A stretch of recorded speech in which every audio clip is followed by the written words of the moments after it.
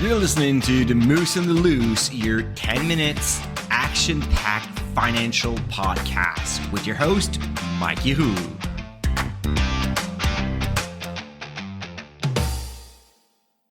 Hey, what's up, Market Moose? Mike from the Moose on the Loose. I hope you had a great weekend. I'm not taking any chances. I recorded this on Friday morning, so that's why my voice is still a bit having a problem. And on top of that, what a great game on Thursday.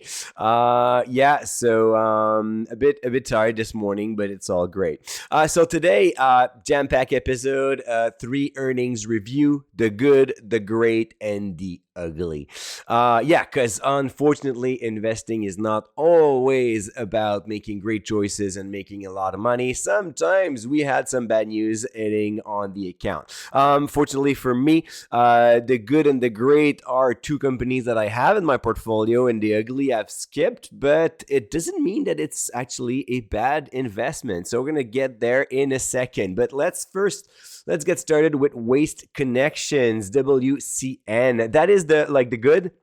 Good quarter as usual. This company is literally a money-making machine. Of course, very stable. I did a complete video on Waste Connection not too long ago on my YouTube channel. So if you're curious about this one, it's one of my latest addition in my portfolio. But definitely a recession-resistant type of business. In the last quarter, they have proven it again. The revenue increased by 11%. Earnings per share was up by 4.5%. The company continues to grow by acquisition. That it's its main mojo. They operate in a highly fragmented market. They can make those small acquisitions, and what is great is that once they are locked in with contracts, well, then they can just do their service, make money, and keep on going. So definitely a very solid quarter again for Waste Connection. For 2025, they reported their guidance. They expect revenue between 9.4 and 9.6 billion. With net income that should end up between 1.18 and 1.22 billion. It was pretty much like a regular quarter for them. Nothing really stand out. It was just business as usual. And when you look at the dividend triangle on this one, it's everything is growing pretty much at the same pace at all time. So definitely I sleep well at night addition to my portfolio as of late. Very happy about this one. The next one on my list, the great. The great mostly because yes, it was a good quarter for CCL Industries, but that came with another 10% dividend increases. So I just love those low yield, high growth stocks. So this one, 1.65% yield. Not too big, but double-digit dividend grower for the past 5 years. We're talking about more than 15% annualized growth rate before that increase. So definitely a business that is able to keep up rewarding shareholders while keeping payout ratios super low. We're talking about payout ratios of 35%, cash payout ratio of 33%. So definitely a very solid one as well. The revenue grew up by 9%, earnings per share up by 5%. So the growth was driven mostly by organic expansion, which what I really, really like, because a company like CCL Industries does a lot of growth by acquisition, but there is a limit of what you can do with growth by acquisition if you're not able to grow organically. So this time, 6.8% organic expansion and 1.4% coming from acquisition, and then a 0.8% from currency. So the bulk of the growth came from organic. This is usually the perfect scenario. I love the boost that comes with acquisition, but if numbers would have been the opposite, that would have told me that if the company is not able to find a new acquisition every quarter or so, well, then there's not much growth at 1.4, right? So I like to have that kind of balance. Unfortunately, earnings were only up by 5%, of course, fueled by higher revenue, but also partially offset due to higher cost of operation and restructuring charges. They have been doing a lot of restructuring around Innovia, so that is like some cost for now, but going forward should continue to grow. And of course, with that 10% increase, it's a sign that management is quite confident in the future. So this one for the small story, I sold Enbridge before the drop of 23, I think, and then of course it came back to the normal price, so that has not an impact, but I decided to shift over to CCL. So definitely happy about this move. Even if Enbridge shareholders, I'm happy for you guys because you have recovered a good way in 24. So that and keeps on going right now. So I mean, everybody's happy. So that's the perfect situation, right?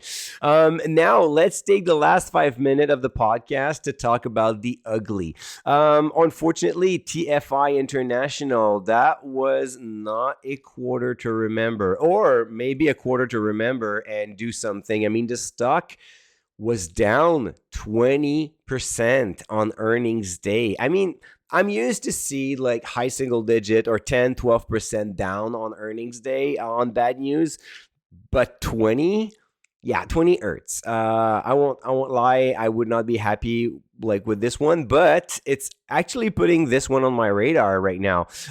Bringing the price back to like $143, which was the price that was trading back in May of 23.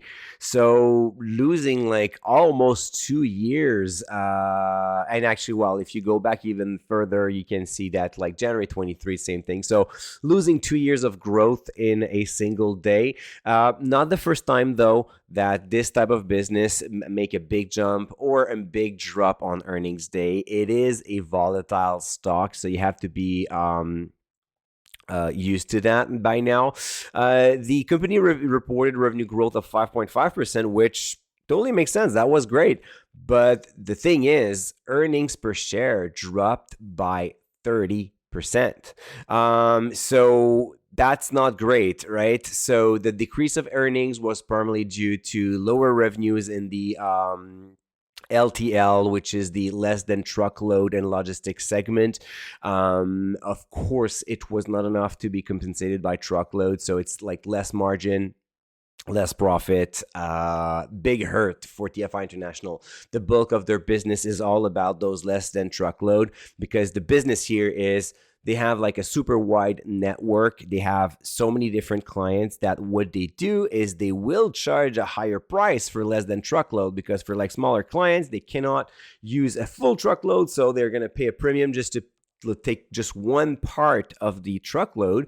But usually TFI International is able to actually fill those truckload completely with other clients and other orders. So they kind of like run fully loaded trucks, but full of like less than truckload payments, so they are with higher margin.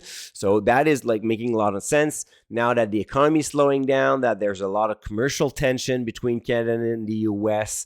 That is not helping. Just to put some more oil on the fire, TFI International has also expressed the desire to move its headquarters into the US. It's kind of makes sense from a business perspective, quite opportunistic, of course, to open themselves to more money coming from the US market, the capital markets. The fact that they have about 70% of their revenues coming from the US, they have been paying their dividend in USD for a few years now. So there are, and of course, with all the commercial tensions, probably that for a transportation company, it's probably best to be on the US side and on the Canadian one. So a lot of things from like dollars perspective makes sense.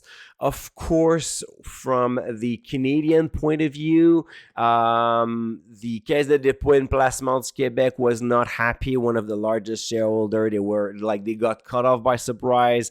The Canadians won't like that because it's literally like a company saying, hey, we're moving to the US because it's better on the other side of the border. Definitely not the type of thing that you want to hear. It hurts on the patriotic side, of course, and especially considering the context. Probably like not the most delicate way to announce this.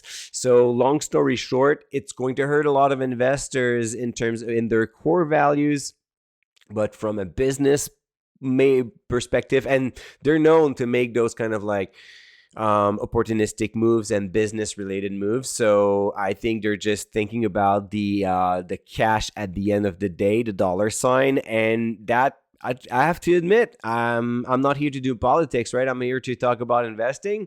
That's gonna make sense. So TFI International, definitely on my radar after this ugly quarter. Definitely will open a door to potentially invest in this one if you're looking for a trucking company with such a good drop. That could be interesting to see how it goes going forward.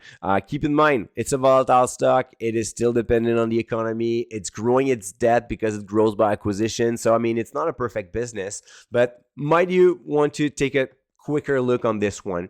If you're looking for more ideas like this, you can go to moosemarkets.com/rockstars and download our free list, already pre-screened from our DSR screener with only companies growing revenue, earnings, and dividends. So you get just the cream of the crop already on the US and the Canadian side. moosemarkets.com/rockstars. You can download the list, start looking for other opportunities such as TFI International, and you're probably going to find some interesting stocks to buy for 2025.